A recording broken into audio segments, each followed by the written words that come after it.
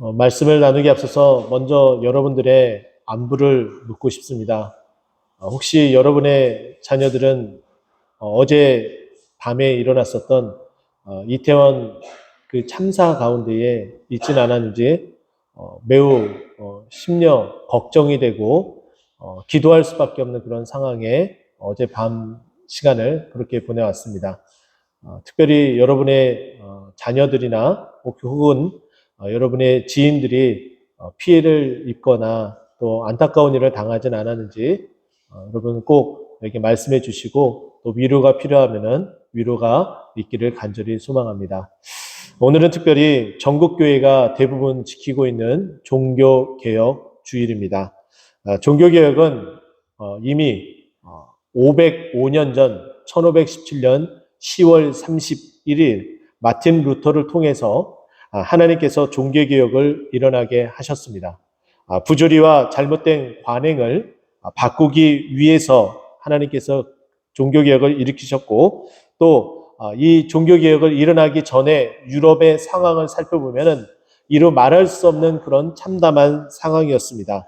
예배를 드릴 때에 사람들이 나와서 예배를 드리지만은 도무지 무슨 말을 하고 또 하나님의 말씀이 무엇인지 알아들을 수 없는 상황 가운데 있었습니다. 그로 말미암아 영적인 피폐함은 말로 형용할 수가 없었고 하나님의 말씀을 라틴어로만 설교를 하고 라틴어로만 설교를 하고 그 말씀을 나눴었기 때문에 하나님의 백성들 예배를 사모하고 예배 자리에 나오고자 있었던 성도들은 도무지 알아들을 수 없이 그 자리에 멍하니 앉아 있다가 되돌아가는 것이 일반적인 모습이었습니다. 하나님께서 이 일을 가만 내버려 둘 수 없었기 때문에 하나님께서 차차 하나둘씩 그것을 움직이기 시작을 했고 그것에 대한 안 좋은 일들, 유럽 교회의 안 좋은 일들은 급기야 로마 교황청에서 로마에 있는 성 베드로 성당을 건축하게 됨으로 말미암아 건축 자금이 부족하게 되니까 면죄부를 팔기 시작을 했습니다. 면죄부를 더 많이 팔고 그 이익을 통해 성 베드로 성당을 짓기 위해서 말에 능했었던 수사인 떼젤이라는 사람은 그가 예배를 집전하며 설교를 할 때에 이런 표현을 쓰기까지 했습니다. 여러분들이 가지고 있는 그 금화를 면죄부를 사서 그 산 면죄부의 그 금액을 헌금함에 넣게 되면 그 금화가 헌금함에 닿아서 땡그랑 소리가 날 때에 여러분들이 사랑하는 가족 그리고 지인들 그 모든 사람들이 연옥에 있다가 천국으로 올라가게 될 겁니다. 이런 있을 수 없는 일들을 마치 일어나게 될 것처럼 사탕발림을 통해서 그렇게 거짓으로 면죄부를 판매를 하고 그렇게 유럽의 교회들은 죄악 가운데에 그리고 타락 가운데에 빠져들고 말았었습니다. 하지만은 하나님은 그것을 그대로 내버려 두지 않았죠.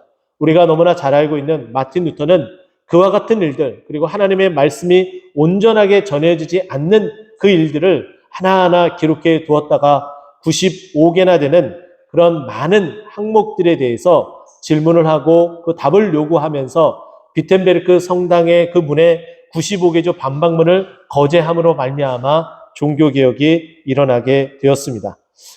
그러면 16세기 당시에 이와 같은 상황이었다면 지금 우리의 상황은 어떨까요?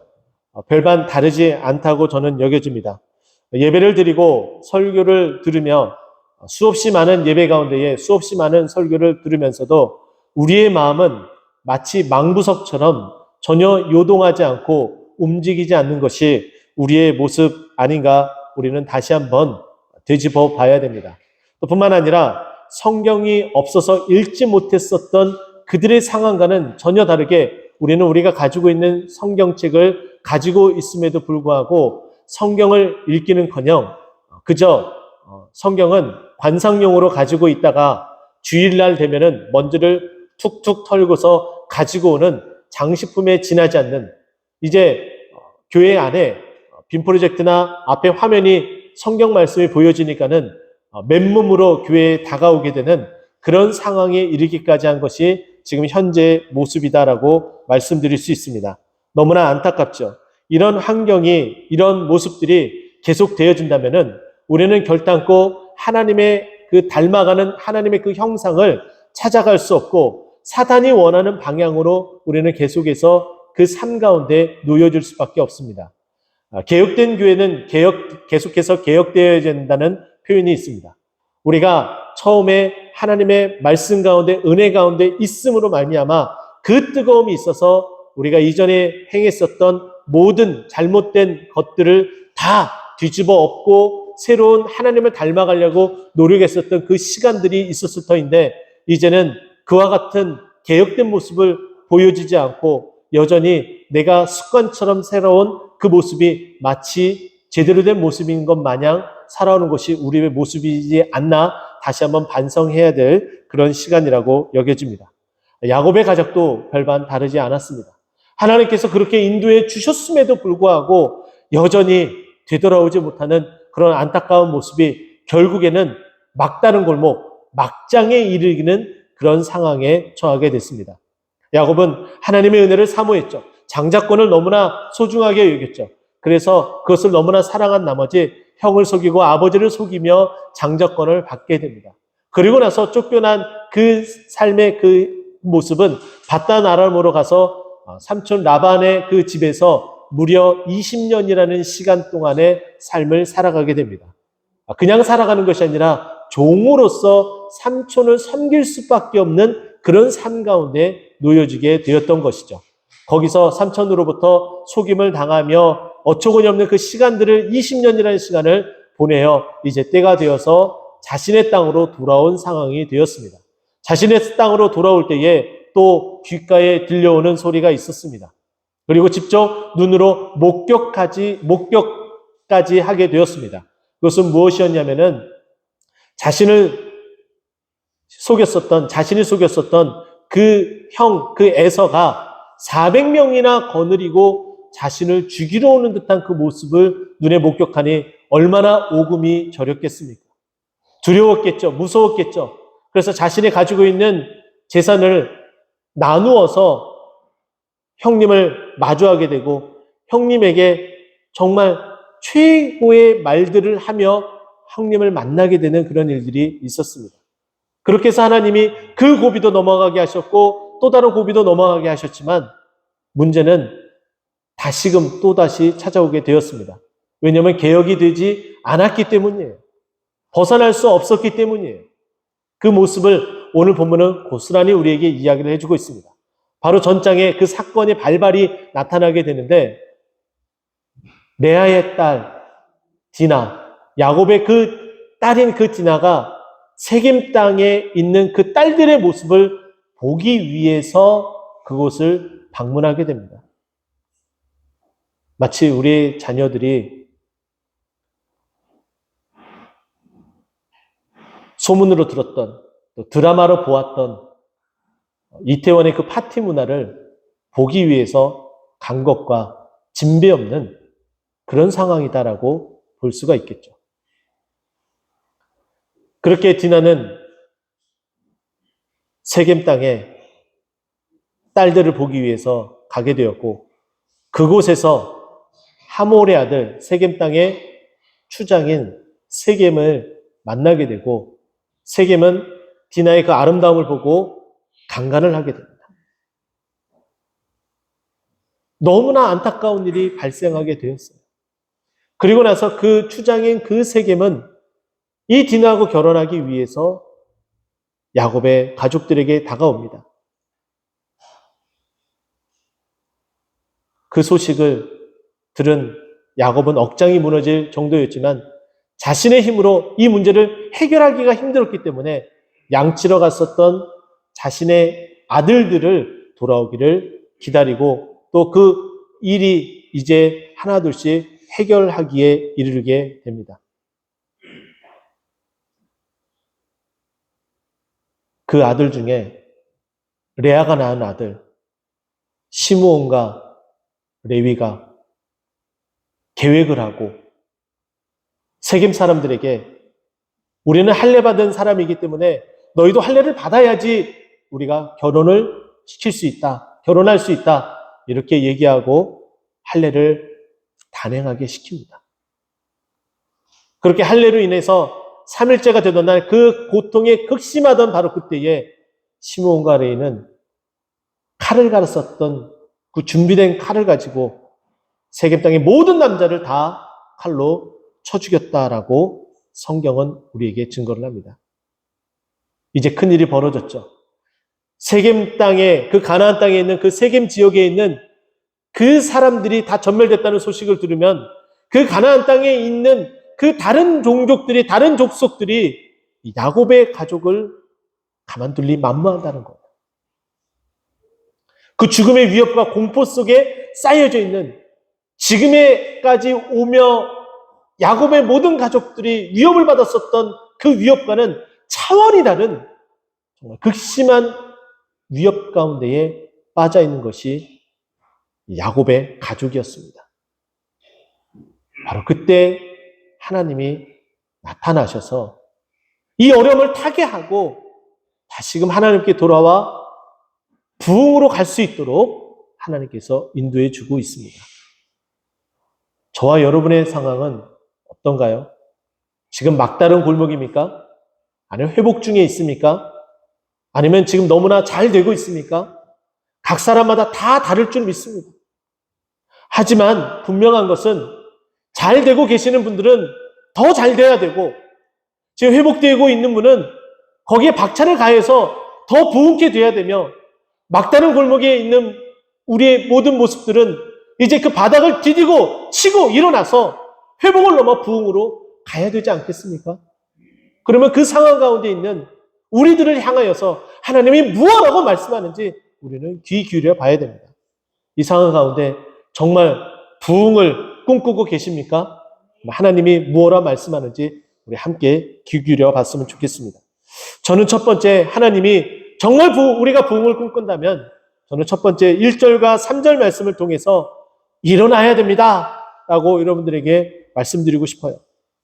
1절 말씀 보십시오. 하나님이 야곱에게 이르시되 일어나 베들로 올라가서 거기 거주하며 내가 내 형 에서의 낯을 피하여 도망하던 때에 내게 나타났던 하나님께 거기서 제단을 쌓아라 하신지라 이렇게 말씀하고 있어요. 또 3절에도 말씀 보면은 우리가 일어나 이제 말씀한 대로 야곱의 가정이 그렇게 실행하는 모습을 우리에게 보여주고 있습니다. 제단을 쌓는 모습까지 나타나고 있어요. 이것이 왜 중요한지 말씀을 드리면 이렇습니다. 일어나다라는 이 단어, 하나님이 사용하는 이 일어나라는 이 단어, 우리에게 명령하던 아니면 하나님께서 일어나다라는 그 표현을 쓰던 그 단어는 히브리어 쿰이라는 단어를 사용하고 있습니다. 이 단어는 하나님께서 전적으로 하나님의 능력으로서 그 일을 행하시겠다고 말씀하고 있는 거예요. 하나님의 능력으로 베푸시고 하나님의 기적으로 그 일을 행하시겠다고 말씀하고 있는 거예요. 우리가 그 말씀에 순종하게 되면 우리는 일어날 수 있고요. 우리는 회복할 수 있고요. 우리는 부흥할 수 있게 된다는 겁니다. 근데 그 일이 왜 일어나느냐? 그 일어남의 그 목적은 그 방향은 어디를 향하고 있느냐? 제단을 쌓는 것, 예배를 드리는 것, 기도하는 것, 그 자리로 나아가도록 일어나라라고 우리에게 말씀하고 있습니다. 이사야 60장 1절 말씀은 우리에게 이렇게 말씀하고 있어요. 일어나 빛을 발하라! 이는 내 빛이 이르렀고 여호와의 영광이 내 위에 임하였음이니라 라고 말씀하고 있어요. 우리에게 무엇이 먼저 임했다고요? 내 빛이 우리에게 이르렀어요. 우리 보고 빛을 발하래요. 우리가 빛이기 때문에 빛을 발하라고 얘기를 해요. 일어나서 그렇게 행하라고 얘기를 해요. 우리에게 그 빛을 주셨기 때문에 우리는 빛을 가진 존재입니다. 요한복음에서는 그 빛을 무엇이라고 얘기하냐면은 예수 그리스도라고 얘기를 해요. 요한복음 1장에 보면은 그 빛이 예수 그리스도임을 우리에게 알려주고 있어요. 우리는 예수 그리스도를 믿음으로 말미암아 우리 안에는 예수 그리스도가 있고 그 예수 그리스도의 그 빛이 우리 안에 찬란하게 빛나고 있는 거예요. 그런데 우리 스스로가 우리의 믿음을 고백하지 않고 우리의 믿음을 표현하지 않기 때문에 무슨 일이 벌어져요? 우리의 행위로서 우리의 언행으로서 그 빛을 감추고 있어요. 나타나지 못하게 우리 스스로가 막고 있다는 거예요. 그러나 어떻습니까? 우리의 언행이 바뀌고 우리의 행동이 바뀌게 되면 우리 안에 있는 빛은 자체적으로 발화하고 있어요. 자체적으로 빛이 나올 수밖에 없어요. 사람들은 그 빛을 보고 움직이기 시작할 겁니다. 하나님께서는 우리가 도저히 무너져서 회복되지 않을 것 같은 우리에게 그 생명의 빛을 주셨습니다. 그 예수 그리스도를 우리에게 주셨습니다. 근데 놀라운 것은 종교개혁 상황 가운데서도 그런 일들을 하나님께서 허락해 주고 계셨다는 거예요. 제가 말씀드렸죠. 1517년 10월 31일 마틴 루터가 종교개혁을 일으켰다고요. 그런데요, 그에 앞서 102년 전 1415년 7월 6일에 믿음의 사람 얀 후스라는 사람이 하나님의 말씀을 온전히 전하고, 그리고 그가 살고 있었던 그 땅, 그 고향 땅 보헤미안, 지금의 체코 지역의 체코어로 성경을 번역했다는 이유로, 라틴어로만 되어져야 될 그 성경을 체코어로 번역했다는 이유로 종교회의에 넘겨져서 화형에 처하게 됩니다. 유럽을 여행하시고 프라하 광장에 가시게 되면 그 얀후스 동상이 프라하 광장에 있습니다. 그가 죽기 전에 그가 외쳤었던 한마디를 여러분들에게 소개하고자 합니다. 우리의 신앙과 생활의 유일한 법칙은 하나님의 말씀이다라고 이야기를 했어요.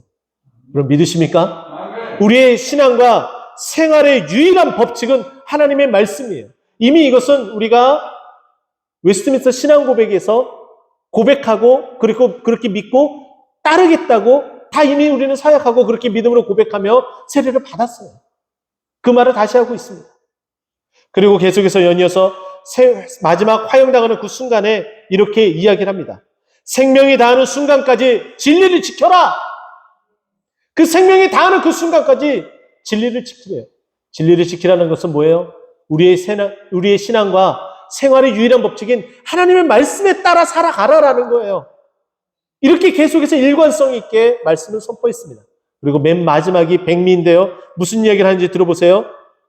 지금 거위 한 마리가 다 죽지만 여기서 장차 백조 한 마리가 나오게 될 겁니다. 라고 외쳤습니다. 이 체코 지방에서 가장 많이 기르는 것이 거위였다고 합니다.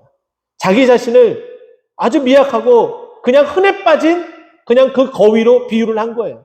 나는 이렇게 아무것도 아닌 거위처럼 그냥 이렇게 불타서 사라지지만 장차 후일에 이 자리에서, 그리고 믿음의 그 자리에서 무엇이 일어난다고요?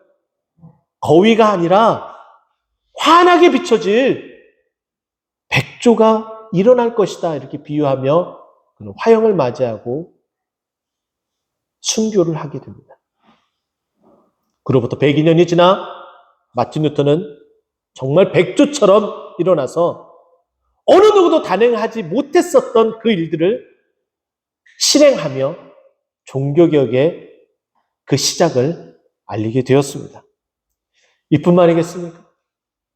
왜 일어나야 되는지 너무나 자명한 일들이 있어요. 1806년 뉴 잉글랜드에서 건초더미 기도회가 벌어지기 시작을 합니다. 많은 젊은이들이 정말 그 건초더미 위에 올라가서 무릎 꿇고 기도하기 시작했던 거예요. 그것으로 말미암아 미국에는 대부흥 운동이 일어나기 시작을 했어요. 그때 주도적으로 일어났었던 학생 선교 운동이 일어나게 되었고, 그 일어났었던 그 학생 선교 운동을 통해서 은혜를 받았었던 하나님의 그 일꾼들이 결국에는 복음을 들고 젊은 나이에 자기 자신과 어찌 보면 아무런 상관이 없는 이 조선 땅에 복음을 들고 오게 된 거예요. 이 땅에서 자기 자녀를, 자신의 아내를, 자기 가족을 죽으면서까지도 이 땅을 떠나지 못하고 복음을 전하며 그렇게 힘썼던 일들이 지금 우리가 그 결과로서 이 자리에 앉아 있습니다. 그들이 부흥운동으로, 기도운동으로 일어나지 않았었다면 우리는 이 자리에 존재하지 않습니다. 우리가 예배를 통해서, 우리가 기도 운동을 통해서 일어나지 않는다면 앞으로 10년, 20년 후에 우리 자녀들 교회 안에서 존재할까요? 우리 다시 한번 생각해 봐야 될, 그리고 기도해 봐야 될 정말 심각한 위기에 처해져 있습니다. 그러나 우리가 이것을 위기라고 여기지 않고 기회라고 생각하여 기도의 자리로 일어나서 하나님의 그 명령대로 나오게 된다면 우리는 그 위기가 기회가 되어 부흥을 맛보게 될 줄 믿으시기 바랍니다. 하나님의 말씀대로 일어나 주님께서 명령하신 그곳으로 향하여 기도의 자리로 나오고 예배의 자리로 나오는 우리 모두가 되기를 예수 그리스도의 이름으로 축원드립니다. 이렇게 기도할 때 역사가 일어나요. 엘리야도 성경이 우리와 같은 사람이라고 야고보 선지자는 이야기했습니다. 그 야고보 사도가 엘리야는 우리와 성경이 같은 사람인데 그가 기도했을 때에 3년 6개월이 비가 오지 않았고 다시 기도했을 때 비가 내렸다라고 얘기해요. 그 역사가 일어나게 될 줄 믿으시기 바랍니다. 저는 두 번째는 4절 말씀을 통해서 함께 나누고 싶은데 부흥을 우리가 꿈꾸기 위해서는 돌이켜야 됩니다. 회개를 해야 된다는 거예요. 우리의 모든 것들 다 뒤바꿔야 된다는 거예요. 4절 말씀 보세요. 그들이 자기 손에 있는 모든 이방 신상들과 자기 귀에 있는 귀고리들을 야곱에게 주는지라. 그리고 그것을 어떻게 했어요? 상수리 세겜 근처 상수리 나무 아래 묻었다라는 거예요. 지금 무엇을 묻었다고요? 이방 신상들을. 그리고 귀고리. 이거는 우상을 향한 장식장이에요. 장식품이에요. 그거를 버린다는 것은 내가 우상을 버리겠다라는 뜻과 의미를 가지고 있습니다. 근데 보세요. 하나님의 인도하심을 받았잖아요. 바다라면서 20년 동안 있었잖아요. 근데 그곳에서 함께 가지고 나왔었던 게 무엇이에요? 드라빔이었잖아요. 우상이었잖아요. 그걸 버리지 않고 있어요. 하나님이 계속해서 인도해 주시고 이끌어 주시고 했음에도 불구하고 개혁을 하지 않아요. 바꾸지 않아요.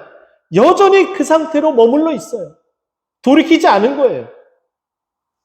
이제 마지막까지 온 거예요. 그제서야 돌이키고 있어요. 저는 이것도 좋은 방법이다라고 여겨집니다. 지금까지 돌이키지 않아서 정말 막다른 데까지 왔다. 이제 돌이킬 기회를 우리에게 마지막에 주고 계시는 거예요. 그렇다면 이제 돌이키면 됩니다. 예수님이 세례를 주고 또 그 일들을 행할 때에 예수님께서 가지고 계셨던 그 권위에 대한 도전들을 하는 무리들이 있었습니다. 마태복음 21장을 보게 되면 대제사장들과 장로들이 그 권위에 도전을 해요. 그리고 질문을 합니다. 그때 예수님께서 한 가지 비유로 그들에게 이렇게 말하고 있습니다. 포도원지기에 아들이 둘 있는데 그 아버지가 큰아들에게 먼저 이야기를 합니다. 큰아들에게 얘야 포도원에 가서 일을 하렴 라고 얘기했더니 그 큰아들이 어떻게 반응했습니까? 네, 알겠습니다 라고 대답은 정말 정확하고 명확하게 해놓고서 어떻게 했어요? 가지 않았어요. 그런데 둘째 아들은 어떻게 했습니까?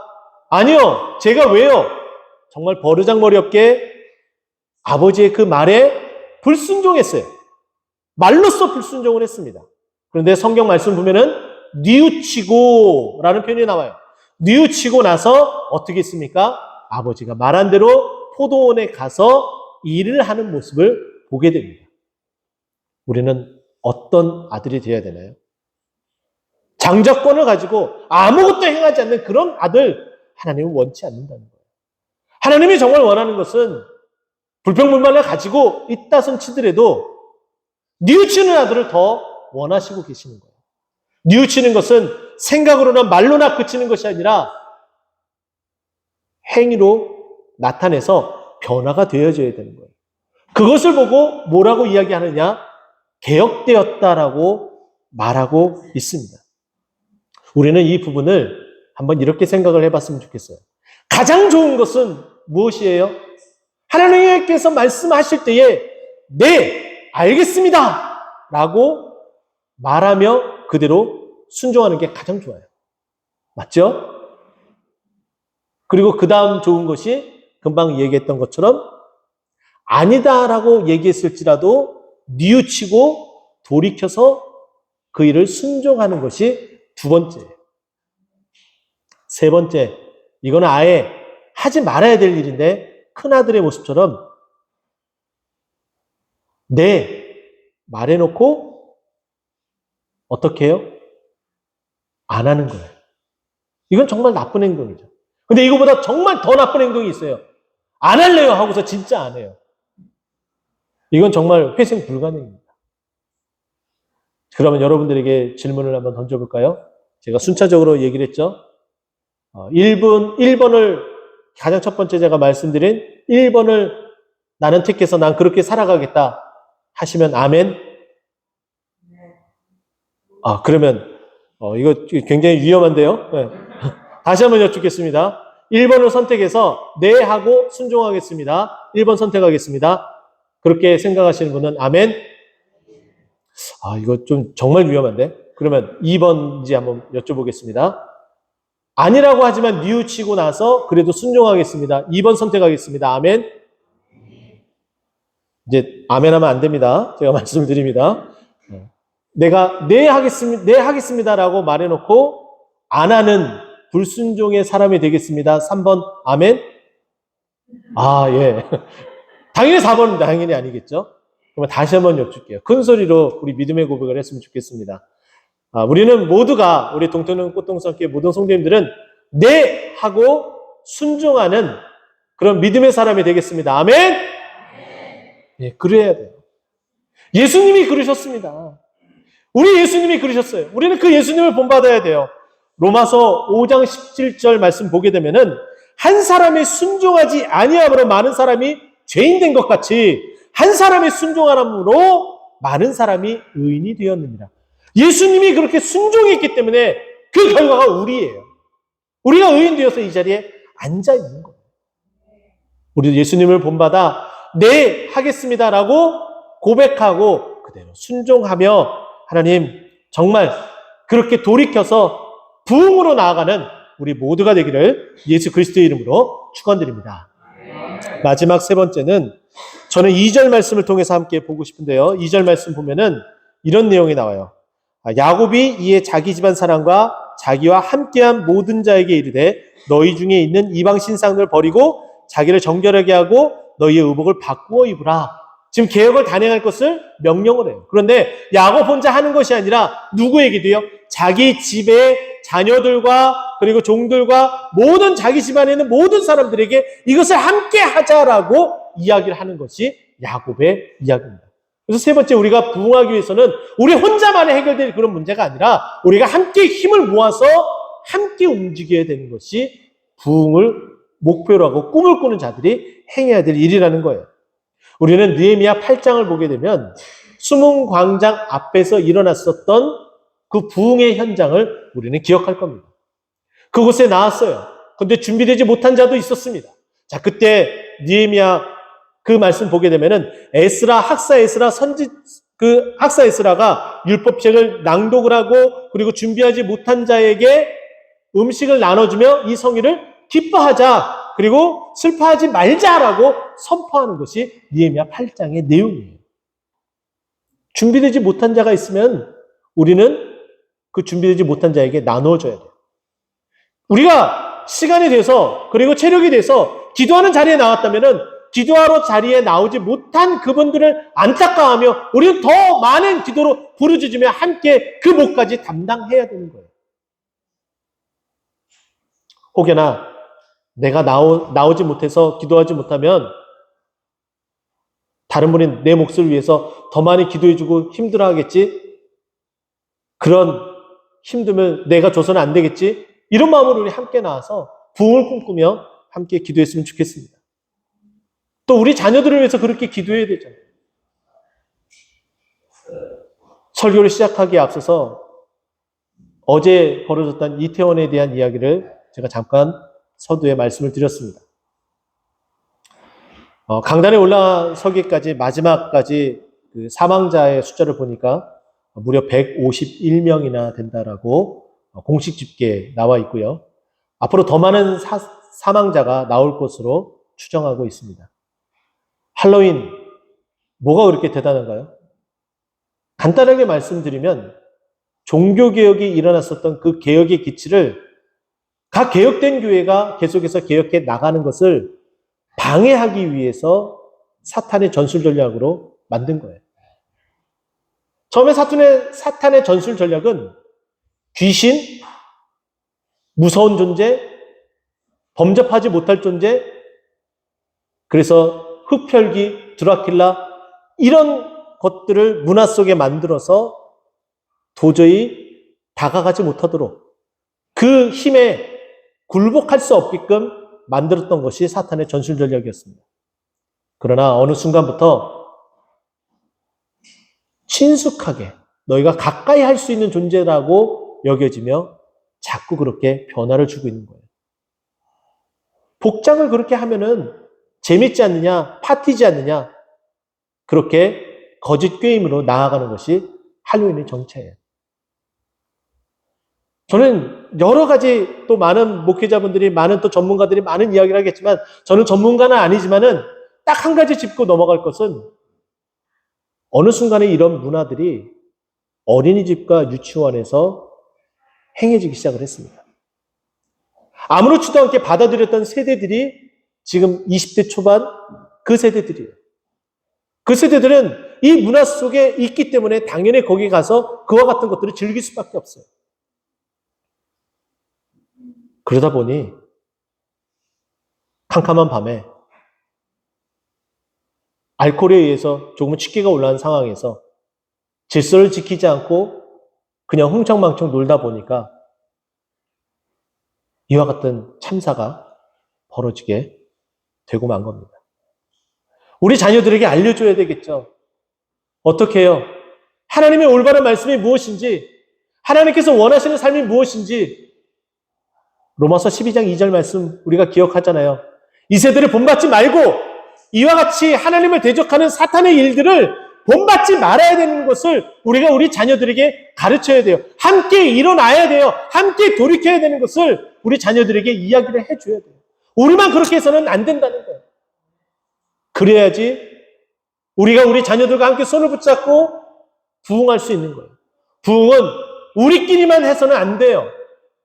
주일학교도 부흥이 돼야지 진정한 부흥이 일어나고 그 부흥의 그 지속성이 계속해서 이어질 수가 있어요. 이제 우리는 연륜이 다 되어져서 하나님께서 언젠가는 다 부름을 받게 되고 천국을 올라가게 됩니다. 그러면 그 빈자리가 나오게 되죠. 그러면 그 빈자리를 누가 채워야 돼요? 우리 자녀들이, 우리 다음 세대들이 일어나서 채워야 돼요.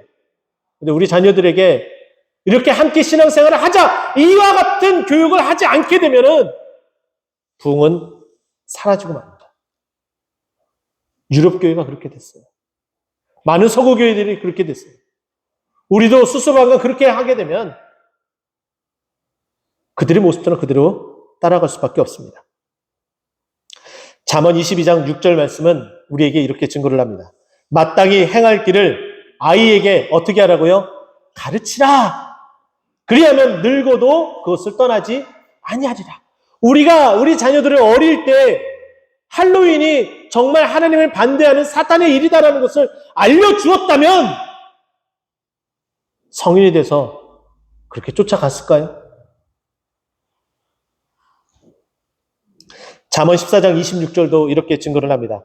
여호와를 경외하는 자에게는 견고한 의뢰가 있나니 그 자녀들에게 피난처가 있느니라. 우리 자녀들도 피난처가 스스로 만들 수 있지만 우리가 하나님을 경외하고 기도의 자리로 나오고 예배의 자리로 나오고 그것을 그렇게 사모하며 살아가게 되면 우리 자녀들이 이와 같은 은혜와 복을 받는 거예요. 피난처가 되는 거예요. 우리가 기도했다면, 우리 자녀들을 위해서 기도했다면, 기도하는 부모들이 있었다면 그와 같은 참사들이 그 가운데, 그 가정 가운데 있었을까 하는 그런 안타까운 마음이 듭니다. 이제 말씀을 마무리하고자 합니다. 종교개혁 주일 우리가 맞이해서 하나님의 말씀을 우리가 함께 보았습니다. 야곱의 가족은 막다른 골목의 그 막장에 이르러서 개혁을 단행합니다. 하나님의 명령에 따라 일어나고요. 일어나서 주님께 향하러 나아가서 돌이킵니다. 개혁을 합니다. 근데 혼자만 하는 것이 아니라 온 가족이 모두 다 함께 개혁해서 나아갈 때에 이 어려움이 타개가 되어지는데 오늘 본문 말씀, 자, 5절 말씀 보세요. 그들이 떠났으나 하나님이 그 사면 고을들로 크게 두려워하게 하셨으므로 야곱의 아들들을 추격하는 자가 없더라. 이 어려움에서 벗어나게 하셔요. 그리고 7절 말씀도 보세요. 그가 거기서 제단을 쌓고 그것을 엘베들이라 불렀으니 이는 그의 형의 낯을 피할 때에 하나님께서 그에게 나타나셨습니다. 이미 하나님께서 피할 길을 주셨던 그곳에서 또다시 역사하시는 하나님의 그 은혜를 맛본 거예요. 우리는 이곳에서 10년이라는 시간 동안에 하나님께서 크신 은혜를 맛보게 하셨습니다. 우리가 지난 잘못된 부분들이 있다면, 우리가 개혁해서 나아간다면 하나님께서 다시 이곳이 엘베델이 되어서 우리에게 어려움이 있을지라도 타개하고 이겨내고 크신 은혜로 부흥을 맛보게 하여 주실 줄 믿습니다. 그 믿음으로 개혁의 고삐를 늦추지 않고 우리 기도의 자리를 깨우고 새벽의 자리를 깨우는 우리 모두가 되기를 예수 그리스도의 이름으로 축원드립니다. 기도하겠습니다.